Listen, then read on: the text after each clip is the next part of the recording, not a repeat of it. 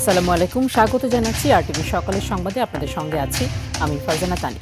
রাষ্ট্রপতি মোহাম্মদ শাহাবুদ্দিনের পদত্যাগ নিয়ে গুঞ্জন জোরালো হয়েছে। অসুস্থতার কারণ দেখিয়ে তিনি আজ জাতীয় সংসদের স্পিকারের কাছে পদত্যাগপত্র পাঠাতে পারেন।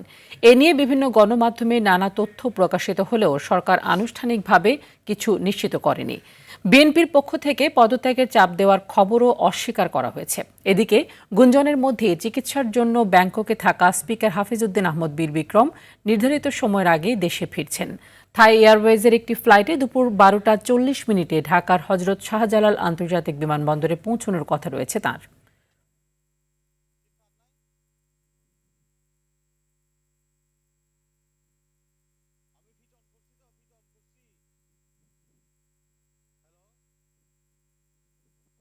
গ্যাস সংকটের কারণে দেশের বিভিন্ন সিএনজি স্টেশনে প্রতিদিন গাড়ির দীর্ঘ লাইন দেখা যাচ্ছে। এলএনজি ভাসমান টার্মিনালে যান্ত্রিক ত্রুটির ফলে প্রাকৃতিক গ্যাস সরবরাহ ব্যাহত হচ্ছে। পর্যাপ্ত গ্যাস সরবরাহ না থাকায় চালকদের ঘন্টার পর ঘন্টা অপেক্ষা করতে হচ্ছে। এতে অনেক চালকের দৈনিক আয়ও কমেছে। সাময়িক এই সংকটের ফলে জনজীবন ও অর্থনীতিতে নেতিবাচক প্রভাব পড়ছে। যান্ত্রিক ত্রুটির কারণে সংগঠিত এই সংকট খুব দ্রুতই কেটে যাবে বলে মত সংশ্লিষ্টদের।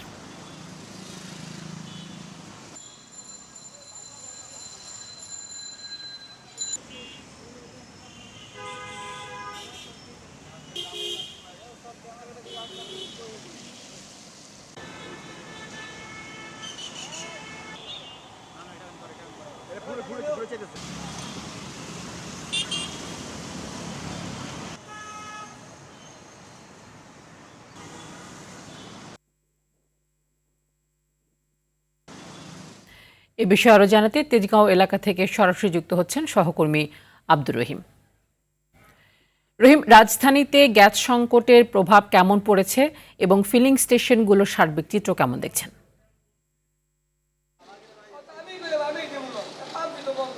তানি, সকাল থেকেই আমরা রাজধানীর বিভিন্ন ফিলিং স্টেশনগুলোতে ঘুরেছি। আমরা যেমনটি দেখেছি সিএনজি স্টেশনগুলোতে গাড়ির দীর্ঘ সারি আমরা দেখতে পেয়েছি। আমি বর্তমানে রয়েছি সাউদার্ন যেই সিএনজি স্টেশন রয়েছে সেখানে রয়েছি। আমি দেখেছি ড্রাইভারদের সঙ্গে কথা বলেছি, তারা যেমনটি জানিয়েছে কেউ সকাল 6:30টার পর থেকে লাইনে দাঁড়িয়ে মাত্র এখন বাজে ঠিক 10:45 এই মুহূর্তে এসে তারা গ্যাস পাচ্ছেন। তবে তারা যেমনটি জানিয়েছে গত 2 দিন কিন্তু গ্যাসের তীব্র সংকট ছিল, তবে আজকে কিছুটা কম রয়েছে। আজকে গ্যাসের প্রেশার রয়েছে এবং তারা একটি গাড়িতে 600 থেকে প্রায় 700 টাকার মতো গ্যাস তারা নিতে পারছেন, কারণ প্রেশার কিছুটা আজকে সাপ্তাহিক ছুটির দিন হয়। কলকারখানাগুলো বন্ধ থাকায় সিএনজি স্টেশনগুলোতে তারা গ্যাসের সাপ্লাই কিছুটা বেশি পাচ্ছেন বলে তারা জানিয়েছে। এছাড়া আমরা স্টেশন কর্তৃপক্ষদের সাথে কথা বলেছিলাম, তারাও কিন্তু এমনটি জানিয়েছে যে ছুটির দিন হয় কিন্তু গ্যাসের সরবরাহ কিছুটা ভালো রয়েছে। একটি তথ্য আপনাকে জানিয়ে রাখতে চাই, গত বুধবার কিন্তু জ্বালানি সচিব যুগ্ম সচিব কিন্তু একটি সংবাদ সম্মেলনের মাধ্যমে জানিয়েছিলেন যে কক্সবাজারে কিন্তু যেই গ্যাসের সরবরাহ লাইনের যে স্টেশন রয়েছে সেখান থেকে কিন্তু যান্ত্রিক ত্রুটি দেখা দেওয়ায় এই সমস্যাটি তৈরি হয়েছে বলে জানানো হয়েছিল। তবে এটি 2 দিনের মধ্যে সমাধান হয়ে যাওয়ার কথা কিন্তু তিনি জানিয়েছিলেন। এছাড়া একটি তথ্য জানিয়ে রাখতে চাই, প্রতিদিন কিন্তু গ্যাসের চাহিদা প্রায় 3800 মিলিয়ন ঘনফুট, কিন্তু বর্তমানে কিন্তু যান্ত্রিক সমস্যার জন্য 2800 মিলিয়ন ঘনফুট গ্যাস সরবরাহ হচ্ছিল বলে জানানো হয়েছিল। তবে আজকে কিন্তু আমরা যেমনটি জানতে পেরেছি কিছুটা ভালো রয়েছে। তবে সংশ্লিষ্টরা মনে করছেন যে কিন্তু আজকের মধ্যে এই সমস্যার সমাধান হলে কাল থেকে কিন্তু তারা ভালোভাবে গ্যাস পাবে বলে তারা মনে করছে। সব মিলিয়ে রাজধানীর পাম্পগুলো ঘুরে যেমনটি দেখতে পেয়েছি যে আজকে গাড়ির সারি রয়েছে কিছুটা, তবে সিএনজি স্টেশন কর্তৃপক্ষ তারা বলছে যে যদি তারা এখন থেকে আরও 2 ঘন্টা গ্যাস দিতে পারে তবে মোটামুটি লাইন কমে যাবে বলে তারা মনে করছে। তো এই ছিল সাউদার্ন সিএনজি স্টেশন থেকে সবশেষ। তানি, ধন্যবাদ আপনাকে। গ্যাস সংকটে ব্যাহত হচ্ছে বিভিন্ন শিল্প কারখানার উৎপাদন। এ বিষয়ে আরও তথ্য জানাতে আশুলিয়া নবীনগর থেকে সরাসরি যুক্ত হচ্ছেন সহকর্মী ওমর ফারুক। ফারুক, শিল্প কারখানায় গ্যাস সংকটের কী ধরনের প্রভাব পড়েছে বিস্তারিত জানাবেন। তানি, আপনাকে ধন্যবাদ। আমি আপনাকে শুরুতে জানিয়ে রাখি, তীব্র গ্যাস সংকটে কিন্তু এই মুহূর্তে শিল্পাঞ্চল আশুলিয়া, আর এই গ্যাস সংকটের কারণে কিন্তু শিল্পাঞ্চল আশুলিয়ার যে শিল্প কারখানাগুলো রয়েছে সেগুলোতে কিন্তু উৎপাদন মারাত্মকভাবে ব্যাহত হচ্ছে বলে এমনটাই জানিয়েছেন কর্তৃপক্ষ।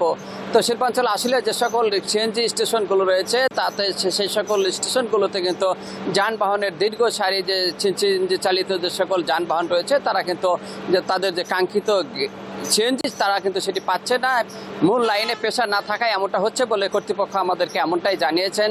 তো শিল্পাঞ্চল আসলে কিন্তু ঘন্টার পর ঘন্টা লাইনে দাঁড়িয়ে থেকেও গ্যাস পাচ্ছে না গাড়ির চালকটা, এমনটাই আমাদেরকে অভিযোগ করেছেন। একটি ট্রাক ড্রাইভার আমাদেরকে এমনটাই জানিয়েছেন যে গত 24 ঘন্টায় তিনি লাইনে দাঁড়িয়েও গ্যাস পাননি, এমনটাই তিনি অভিযোগ করেছেন। তো শিল্পাঞ্চল আশুলিয়া এই মুহূর্তে গ্যাস সংকটে ভুগছে, কিন্তু শিল্পাঞ্চল আশুলিয়ার বিভিন্ন শিল্প কলকারখানা সহ বিভিন্ন যে বাসাবাড়ি রয়েছে সেই সকল এলাকাতেও কিন্তু শিল্প কারখানার যে গ্যাস সংকট রয়েছে সেটি তীব্র আকার ধারণ করেছে বলে আমাদেরকে এমনটাই জানিয়েছেন বিভিন্ন কর্তৃপক্ষ। তো শিল্পাঞ্চল আশুলিয়ায় কিন্তু গ্যাস সংকটের কারণে বিভিন্ন মহাসড়কে গাড়ি বিকল হয়ে থাকছে। এছাড়াও কিন্তু লাইনের যে দীর্ঘ লাইন সেটি সিএনজি স্টেশন থেকে ছড়িয়ে কিন্তু মহাসড়কে ছড়িয়ে পড়ার কারণে কিন্তু মহাসড়কে যানজটের সৃষ্টি হচ্ছে। আমি যদি আপনাকে একটু দেখাই, এই মুহূর্তে কিন্তু নবীনগর চন্দ্রা মহাসড়ক জুড়ে কিন্তু এক ভয়াবহ যানজটের সৃষ্টি হয়েছে। নবীনগর চন্দ্রা মহাসড়কের যে বিভিন্ন সিএনজি স্টেশনগুলো রয়েছে সেই সকল স্টেশনগুলোতে গাড়িগুলো কিন্তু ভিড় করার কারণে কিন্তু এই মহাসড়কে যানজটের সৃষ্টি হয়েছে, এমনটাই কিন্তু ভুক্তভোগীরা আমাদেরকে জানিয়েছেন। তো দ্রুত সময়ের মধ্যে গ্যাস সংকট সমাধানে প্রয়োজনীয় ব্যবস্থা গ্রহণ করবেন কর্তৃপক্ষ, এমনটাই জানিয়েছেন ভুক্তভোগীরা। তো শিল্পাঞ্চল আশুলিয়া থেকে গ্যাস সংকট নিয়ে আমার কাছে এই ছিল সর্বশেষ। তানি, ধন্যবাদ।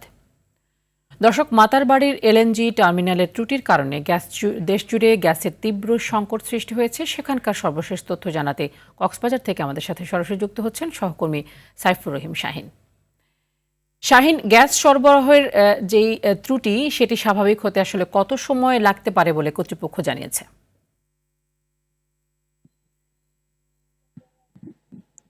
হ্যাঁ তানি, আসলে ত্রুটি সরাতে কাজ চলছে, যেটা আমাকে বলেছেন পেট্রো বাংলার উপব্যবস্থাপনা মহাপরিচালক তরিকুল ইসলাম খান। তিনি আমাকে যেমনটি জানিয়েছেন, সারা দেশে যে মাথারবাড়ি এনএজিএল টার্মিনালের ত্রুটির কারণে সারা দেশে গ্যাস সরবরাহ যে ত্রুটি হচ্ছে সেটার জন্য তারা আপ্রাণ চেষ্টা করছেন।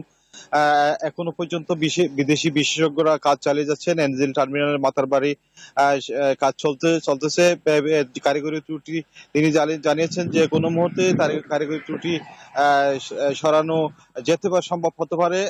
সেটা আজকে হতে পারে অথবা আগামীকাল পর্যন্ত লাগতে পারে, সেটা তিনি আমাকে নিশ্চিত করেছেন।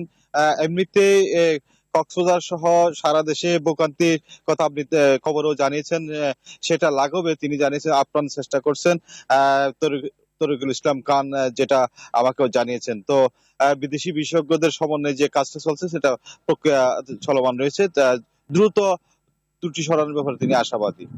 তো তানি হচ্ছে এনএজিএল টার্মিনালের যে ত্রুটি সরানোর কাজের বিষয়ে সর্বশেষ তথ্য। শাহিন, ধন্যবাদ আপনাকে। রাজধানী সহ দেশের বিভিন্ন বাজারে নিত্য প্রয়োজনীয় পণ্যের দাম এখন সাধারণ ক্রেতার নাগালের বাইরে। বিশেষ করে পেঁয়াজের দাম বেড়েছে অনেকখানি।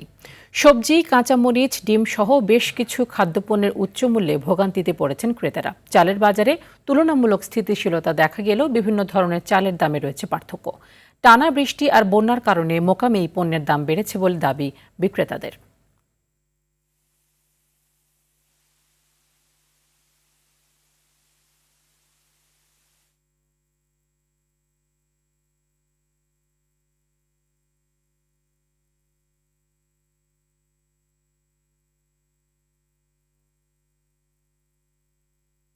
নিত্য প্রয়োজনীয় পণ্যের সরবরাহ ও দামের সর্বশেষ পরিস্থিতি নিয়ে রাজধানীর কারওয়ান বাজার থেকে আরও জানাচ্ছেন অভি আরিফ। আরিফ, বাজারে নিত্য প্রয়োজনীয় পণ্যের দাম কেমন দেখছেন এবং ক্রেতা বিক্রেতারা কি বলছেন?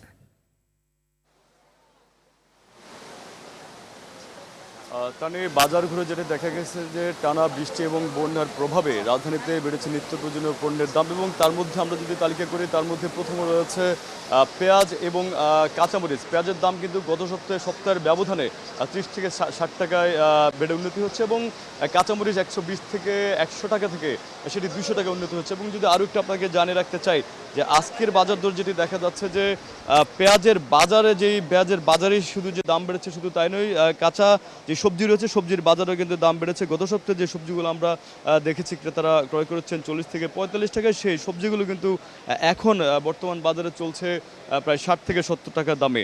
তবে পেঁয়াজের দাম যদি আরও একটি জানে রাখতে চাই যে পেঁয়াজের যে সরবরাহের যেই বৃষ্টির কারণে সরবরাহ কমেছে বলে দাবি ব্যবসায়ীদের, এবং সবজির বাজারে যেই কাঁচামরিচের যে বিষয়টি রয়েছে সেটি কিন্তু কাঁচামরিচ ক্ষেত থেকে যে তোলার যেই ব্যাপারটা রয়েছে সেটি বিঘ্নিত ঘটছে বলে আসলে জানা গেছে। তো সেই লক্ষ্যে হয়তোবা দাম বেড়েছে ধারণা করছেন ব্যবসায়ীরা। তবে এলাকার যে আজকে আমরা এলাকা ভিত্তিক যে বাজারগুলো দেখেছি সেই তুলনায় আড়তে যে দামে বিক্রি হচ্ছে তার থেকে খুচরা বাজারে প্রতি কেজি সবজি এবং যে সকল নিত্য প্রয়োজনীয় দ্রব্যগুলো রয়েছে সবগুলো কিন্তু প্রায় দেখা গেছে সবজির বাজারে 20 থেকে 15 টাকা কেজি দরে বেশি আসলে বিক্রি হচ্ছে। তবে মুরগি ও ডিমের বাজারে কিন্তু একই চিত্র দেখা গেছে। তবে মুরগির কথা যদি বলি, ব্রয়লার মুরগি গত সপ্তাহে ছিল প্রায় 190 টাকা এবং সেটি কিন্তু এখন 200 টাকায় বিক্রি হচ্ছে। এছাড়াও যে সোনালী মুরগির দাম বেড়ে 330 টাকা থেকে 360 টাকা হয়েছে, এবং ফার্মের মুরগির যেই ডিমের যে দাম ডজন প্রতি কিন্তু 10 টাকা বেড়েছে, এটি ইতিমধ্যে আপনাকে জানিয়েছে। তবে এছাড়াও যদি আরও একটু জানিয়ে রাখতে চাই, একজন ব্যবসায়ীর সাথে একটু কথা বলার চেষ্টা করব, তারা আসলে কি বলছেন। এই যে পেঁয়াজের দাম বেড়েছে, আপনারা বলছেন যে সরবরাহ কমেছে, আসলে বিষয়টা কি ঘটেছে, কেন এই দাম এক লাফে 30 টাকা বেড়ে গেছে? ব্যাপারটা হচ্ছে কি জানেন, পেঁয়াজের দামটা বাড়ার কারণ হচ্ছে আপনার এই বছর বৃষ্টির মাত্রাটা হচ্ছে বেশি, সবজি নষ্ট হয়ে গেছে গা।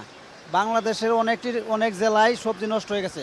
কাঁচা সবজি নষ্ট হওয়ার কারণে আপনার সেই চাপটা পেঁয়াজের পর পড়ছে, যার কারণে এই সময়ে পেঁয়াজের দামটা বৃদ্ধি পেয়েছে।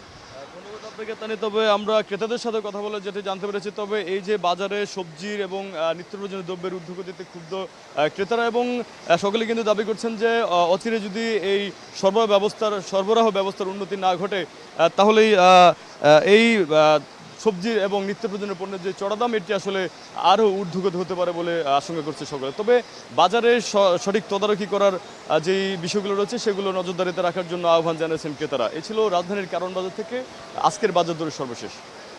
ধন্যবাদ আপনাকে। বৃষ্টির পানির নিষ্কাশন ব্যবস্থার দুর্বলতার কারণেই বারবার জলাবদ্ধতার মুখে পড়তে হচ্ছে নগরবাসীকে। পাশাপাশি পলিথিন সহ যত্রতত্র ময়লার উপস্থিতি ভোগান্তির মাত্রা আরও তীব্র করছে। এমন পরিস্থিতি মোকাবেলায় খাল উদ্ধারকে বিশেষ গুরুত্ব দিচ্ছেন নগরবিদরা। তবে সিটি কর্পোরেশন বলছে, শুধু উদ্ধার নয়, খাল খনন সহ সুয়ারেজ লাইনগুলোকে সংযোগ করতে না পারলে জলাবদ্ধতা দূর করা কঠিন। সর্দার রাজীবের রিপোর্টে বিস্তারিত। রাজধানীর অন্যতম জলাবদ্ধ এলাকা মিরপুরের কাজীপাড়া। দুর্বল সোয়ারেজ ব্যবস্থার পাশাপাশি ময়লা আবর্জনার তীব্রতায় তৈরি হয় এই জলাবদ্ধতা। চায়ের দোকানদার এমনকি বাসাবাড়ি, তারা এই যে বাসাবাড়ির ময়লা পলিথিন এগুলা ডেরেঙে ছাইরা দেয়, পরে জাম হয়ে যায়। মিরপুরের মতো নিউ মার্কেট এলাকাও ভুগছে তীব্র এই জলাবদ্ধতায়। ক্যাসপিট সহ স্ট্রম সোয়ারেজের লাইন বন্ধ হয়ে যাওয়াই এর প্রধান কারণ। দুই সুইপারে কয় শাহবাগে সুইপার নেবে, পুরা কয় নিউমার সুইপার নেবে, এই দুইজনে মারামারি করে, এই জন্য এখানে ময়লা জমে থাকে। সিটি কর্পোরেশন যদি একটা ময়লার সুব্যবস্থা করে দিত, এখানে ময়লার স্থান, ময়লা স্তূপ এখানে ফেলবে, তাহলে জনগণ ওখানে ময়লা ফেলবে। ব্যস্ততম সড়কের কোথাও ময়লার স্তূপ, আবার কোথাও কংক্রিটে ঢেকে গেছে সোয়ারেজ লাইন। এটি বৃষ্টির পানি নিষ্কাশনের অন্যতম গুরুত্বপূর্ণ পথ, অথচ ময়লা আবর্জনায় পুরো পথটি বন্ধ হয়ে গেছে। আর এমন চিত্র এই অঞ্চলের প্রায় প্রতিটি স্ট্রম সোয়ারেজের। জলাবদ্ধতার জন্য নাগরিকদের দায়িত্বহীনতাকে দায়ী করে সিটি কর্পোরেশন বলছে, পলিথিনের ব্যবহারে নিষিদ্ধ করা সহ যত্রতত্র ময়লা ফেলা বন্ধ হওয়া জরুরি। পলিথিন ব্যবহারটা যদি আমরা কমপ্লিটলি বন্ধ করতে না পারি, তাহলে ঢাকা শহরকে বাঁচানো যাবে না, ইম্পসিবল। ল্যাব, তোষক, বালিশ এগুলো পর্যন্ত ড্রেনের মধ্যে ঢুকাই দিছে। কাজে এই সমস্ত বিষয়ে জনগণকেও সচেতন হতে হবে, সিটি কর্পোরেশনকে তার দায়িত্বটা পুরোপুরি পালন করতে হবে। কিন্তু অপরিকল্পিত ও মানহীন ড্রেনেজ ব্যবস্থাকেই সংকটের কারণ বলে মনে করেন নগরবিদরা। ব্লু নেটওয়ার্কটার জন্য সার্বিকতা নির্ভর সকলের একটা সমন্বিত পরিকল্পনা তৈরি করা এবং জনসংযোগ, জন অন্তর্ভুক্তিতায় তার বাস্তবায়ন নিশ্চিত করা। তরল ও কঠিন বর্জ্য ব্যবস্থাপনাকে অবশ্যই এর সাথে যুক্ত করে এর সার্বিকতাকে পূর্ণাঙ্গ রূপ দিতে হবে। নগর পরিকল্পনার মানদণ্ডে অন্তত 10% জলাধর রাখার বাধ্যবাধকতা থাকলেও ঢাকায় রয়েছে 3% কম। জলাশয়কে বিবেচনায় রেখে পরিকল্পনার কথা বলা হলেও তা বাস্তবায়ন হয়নি। 1997 সালে স্ট্রাকচার প্ল্যান তৈরি করা হয় এই নগরের প্রথম পরিকল্পনা। সেই স্ট্রাকচার প্ল্যান অনুযায়ী 30টি জলাধার থাকার কথা, 76টি খালের মধ্যে 60টি খাল উদ্ধার করার কথা। পরবর্তী দুটোটা ড্যাপেই সেগুলোকে দেখানো আছে, সেগুলোর অস্তিত্ব রক্ষা করার জন্য অঙ্গীকার করা হচ্ছে। এর অধিকাংশ এখন আর নাই। তবে সরকারি খাল উদ্ধারের প্রতিশ্রুতি দিয়ে এই সিটি কর্মকর্তা বলছেন, জলাবদ্ধতা নিরসনে খালগুলোকে সংযুক্ত করতে হবে। এটা তো ড্রেনেজ সিস্টেমের সাথে কানেক্ট হইতে হবে। অনেক জায়গায় সেই কানেকশনটা নাই, অনেক জায়গায় কানেকশন আছে পুয়ার। ওল্ড সিটিতে দেখেন ড্রেনেজ সিস্টেমটা একেবারে কলাপস করে গেছে, অথচ নর্থ সাউথ রোডে একটা বিশাল ড্রেনেজ ব্যবস্থা আছে, কিন্তু ওইটার সাথে তো কানেক্টেড হইতে হবে। রূপনগর খালসহ রাজধানীর প্রধান খালগুলো পুনরুদ্ধার করা গেলে প্রায় ৮০% জলাবদ্ধতা দূর করা সম্ভব বলছেন নগরবিদরা। সর্দার রাজীব, আর টিভি, ঢাকা। যমুনা নদীর ভাঙনে টাঙ্গাইলের শাখারিয়া নলিন এলাকায় সড়ক ক্ষতিগ্রস্ত হয়ে বিপাকে পড়েছেন কয়েক লাখ মানুষ। এরই মধ্যে সড়কের ৬০ মিটার অংশ নদীগর্ভে চলে গেছে। এদিকে শেরপুরের শ্রীবর্দিতে পাহাড়ি ঢলে ঢেউফা নদীর ভাঙনে সড়ক ধসে পড়ায় বিচ্ছিন্ন হয়ে পড়েছে যোগাযোগ ব্যবস্থা। চরম ঝুঁকি নিয়ে বাঁশের সাঁকো দিয়ে চলাচল করতে হচ্ছে প্রায় ১০,০০০ বাসিন্দা ও পর্যটককে। প্রতিনিধিদের পাঠানো তথ্য ও চিত্রে আরও জানাচ্ছেন আব্দুল হামিদ। উজানের ঢল আর ভারী বর্ষণে আগ্রাসী রূপ নিয়ে ফুলে ফেঁপে উঠেছে টাঙ্গাইলের যমুনা নদী। তীব্র স্রোতে ঢাকা তারাকান্দি মহাসড়কের শাখারিয়া নলিন এলাকায় দেখা দিয়েছে ভাঙন। এরই মধ্যে নদীগর্ভে চলে গেছে সড়কের ৬০ মিটার অংশ, বন্ধ রয়েছে যান চলাচল। ভাঙন আতঙ্কে দিন কাটাচ্ছে নদীপাড়ের লাখো মানুষ। সড়কটি রক্ষায় দ্রুত কার্যকর পদক্ষেপ গ্রহণের দাবি স্থানীয়দের। মেইন অংশটা যেখানে ব্লক দিয়ে বেড়িবাঁধ তৈরি করা হয়েছিল সেটা সহ নদীর গর্ভে বিলীন হয়ে যায়। গোয়াপুর তারাকান্দি রোড ভেঙে যাওয়ার কারণে আমার বাড়িটা এখন অনিরাপদ। আমাদের এই সড়ক যেন না ভেঙে যায়, আমাদের কাছে অনুরোধ করছি। পানি উন্নয়ন বোর্ড বলছে, ভাঙন ঠেকাতে জিও ব্যাগ ফেলা হচ্ছে নদীর তীরে। বাঁধটি যদি ভেঙে ধসে যায় তাহলে গোপালপুর উপজেলা সহ বিস্তীর্ণ এলাকা প্লাবিত হবে। আমরা সর্বোচ্চ চেষ্টা করতেছি আর যেন ভাঙন না হয়। এই ভাঙন কবলিত এলাকার উজানের অংশ আমরা জিও ব্যাগ ডাম্পিং অব্যাহত রাখব। এদিকে গারো পাহাড় বেষ্টিত শেরপুরের শ্রীবর্দী উপজেলার সিঙ্গা বোরনা ইউনিয়নের চান্দাপাড়া এলাকায় ডেউফা নদীর ভাঙনে হারিয়াকোনা যাওয়ার একমাত্র রাস্তাটি ধসে পড়েছে। এতে বিপাকে পড়েছেন স্থানীয় পাহাড়ি জনগোষ্ঠী ও পর্যটকরা। জীবন ঝুঁকি মাথায় নিয়ে দুটি বাঁশের সাঁকো ব্যবহার করে পারাপার হচ্ছেন তারা।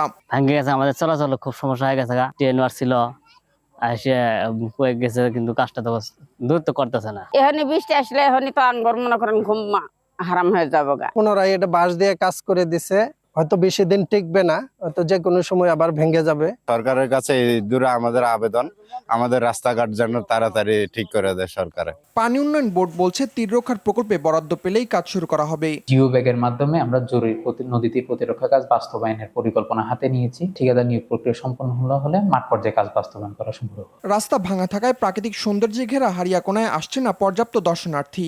দ্রুত স্থায়ী তীর রক্ষা বাঁধ ও সেতু নির্মাণ করে দুর্ভোগ লাঘবের দাবি ভুক্তভোগীদের। আব্দুল হামিদ, আর টিভি। এবারে ভারত প্রসঙ্গ। দুর্নীতি, পক্ষপাতিত্ব, স্বেচ্ছাচারিতা, অদক্ষতা সহ নানা অনিয়মের অভিযোগ উঠেছে পরমাণু শক্তি নিয়ন্ত্রণ কর্তৃপক্ষের চেয়ারম্যান মাহমুদুল হাসানের বিরুদ্ধে। অভিযোগ রয়েছে সচিবকে এড়িয়ে বিভিন্ন কাজ সম্পাদনের, এমনকি সচিবকে সরানোর চেষ্টা সহ আরও ২৫টিরও বেশি অভিযোগ রয়েছে তার বিরুদ্ধে। তবে এসব বিষয়ে কোনো বক্তব্য দিতে রাজি হননি মাহমুদুল হাসান। আরও জানাচ্ছেন এয়ার বাদল। বাংলাদেশ পরমাণু শক্তি কমিশন যাতে সঠিকভাবে কাজ করে এজন্য ২০১৩ সালের ১২ ডিসেম্বর প্রতিষ্ঠা করা হয় বাংলাদেশ পরমাণু শক্তি নিয়ন্ত্রণ কর্তৃপক্ষ। অবসরে যাওয়ার পরেও পরমাণু শক্তি নিয়ন্ত্রণ কর্তৃপক্ষের চেয়ারম্যান হিসেবে নিয়োগ দেওয়া হয় মাহমুদুল হাসানকে। ২০২৪ সালে নিয়োগ পাওয়ার পরেই টেন্ডার ছাড়াই তিনি ২৫ লাখ টাকায় নিজের রুম ডেকোরেশন করান, আর সেই আবর্জনা সরান ১৬,০০০ টাকায়। মাহমুদুল হাসান অভিযোগের বিষয়টি স্বীকার করে বলেন, কিন্তু টেন্ডার ছাড়া এই কাজটা হয়েছে এবং টাকা ২৫ লাখ, এটা ঠিক আছে তো? মানে আমার কোন অংশটা? টাকা ১৬ লাখ। টেন্ডার না হওয়া সত্ত্বেও অনিয়ম করে করা কাজের বিল না দেয়া এবং নথিতে চেয়ারম্যানের বিভিন্ন অনিয়ম তুলে ধরায় চেয়ারম্যান কর্তৃপক্ষের সচিবকে প্রত্যাহারের জন্য মন্ত্রণালয়ে পত্র দিয়েছেন। অভিযোগ রয়েছে পরমাণু শক্তি নিয়ন্ত্রণ কর্তৃপক্ষে সচিব প্রয়োজন নেই এমন ঘোষণা দিয়ে চেয়ারম্যান নিজেই আইন লঙ্ঘন করে সচিবকে বাদ দিয়েই সকল নথি নিষ্পত্তি করছেন। আর্থিক কার্যক্রমগুলো কিভাবে চলছে, যেহেতু সচিব এখানে অ্যাক্টিভ না, সেহেতু আর ওই যে পালিকাটা হ্যাঁ স্যার হলো প্রশাসনের সচিব, তার নিচে কিন্তু আরো আছে অ্যাডমিন অফিসার আছে, তারপরে পুরো অফিস আছে, একটা ব্রাঞ্চ আছে প্রশাসন শাখা, প্রশাসন শাখার মাধ্যমে এই কাজ চলছে। ভাড়ায় ব্যবহৃত 3টি কোস্টারের বদলে 6টি মাইক্রোবাস কিনলে বছরে 14 লাখের উপরে টাকা বাঁচবে।